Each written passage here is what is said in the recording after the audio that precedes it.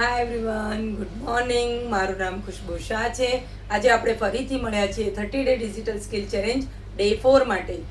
કાલે આપણે જોયું કે કેનવા શું છે ને આપણે કેનવા શા માટે યુઝ કરવું પડે, અને આજે આપણે જોશું કે કેનવા ખોલ્યા પછી એને કેવી રીતે યુઝ કરવું. સૌથી પહેલાં કેનવા ડાઉનલોડ કરો. ત્યારબાદ તમે કેનવા ઓપન કરશો તો ઉપરની બાજુ સર્ચ બાર આવશે. સર્ચ બારમાં તમે poster, Instagram post, resume, logo યા તો તમને જે ડિઝાઇન કરવું હશે તેનું નામ લખશો તો તમે સીધા ટેમ્પલેટ શોધી શકશો.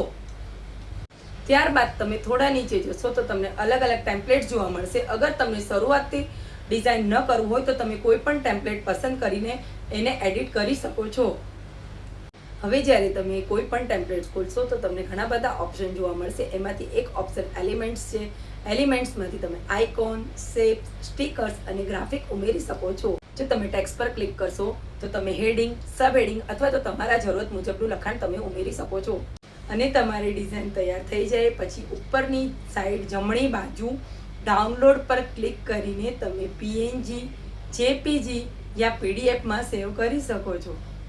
જો તમે આટલું બેઝિક શીખી જશો તો તમારા માટે કેનવા વાપરવું ખૂબ જ સરળ થઈ જશે. જો તમે પણ મારી સાથે આ 30 ડે ચેલેન્જમાં જોડાવા માંગતા હોય તો કમેન્ટમાં રેડી લખો, મને ફોલો કરો. આપણે મળીએ કાલે ડે 5 માટે. બાય.